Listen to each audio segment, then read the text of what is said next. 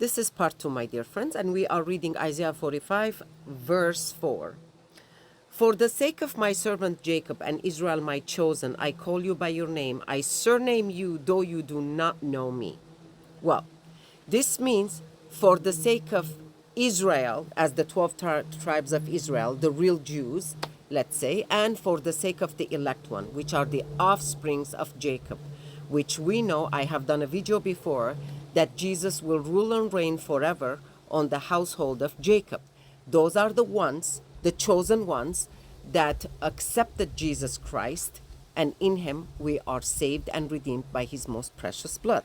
So for the sake of his chosen ones, God has raised Trump, which is Cyrus, to carry out the mission that he has entrusted him with. And I surname you, though you do not know me. Sure enough, our late prophet Kim Clement has a prophecy that says that, God has chosen a president that when he comes into the office, he will not be a praying president, okay? And then he said that Trump shall become a trumpet. So sure enough, God has chosen him, and he called them out by his name. Now, 5. I am the Lord, and there is no other besides me. There is no God. I gird you. He's talking about Trump, which in here it's Cyrus, though you do not know me. Yes, he did mold them in every possible way, because this man had to go through the fire of persecution of all kinds from the demons, okay, in the past 8-9 years, in order for him to become that perfection that God wanted him to be, okay?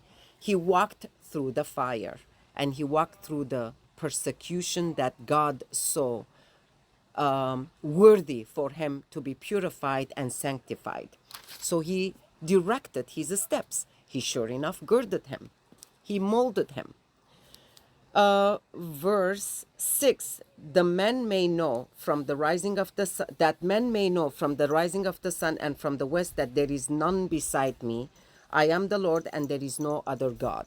Now, initially when he came to run for the presidency office in 2015, they were 17. The number 17 means victory in Hebrew. And only he is the one who was left, and they made fun of him, that is this guy going to be a president? And sure enough, now they know that nothing has stopped him, because God is with him.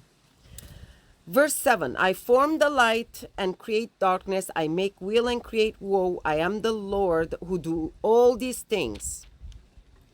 God is talking about himself, that he is the one who's doing everything.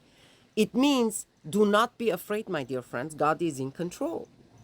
Shower, O heavens, from above, and let the skies rain down righteousness, because God raised Trump, which is our Cyrus, to carry out his justice, righteousness. Let the earth open that salvation may sprout forth, and let it cause righteousness to spring up also. I, the Lord, have created it.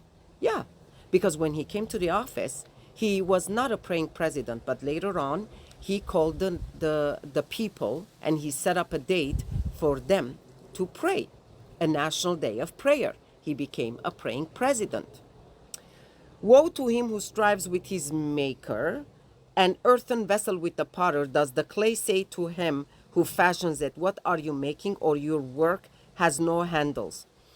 This is for those people who kept criticizing and saying, why he speaks a lot, he's doing this, he's doing that, and they kept criticizing him. The Lord is speaking directly to those people who did not like him, who criticized his steps, who criticized his decisions, who criticized his speech. But the Lord is saying, are you quarreling with me? I am the one who chose him. Woe to him who says to a father, what are you begetting?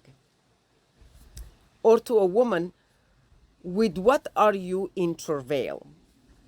Thus says the Lord, the Holy One of Israel and his Maker, will you question me about my children, or command me concerning the work of my hands? Go to part 3, my dear friends. We're going to talk about this in more detail.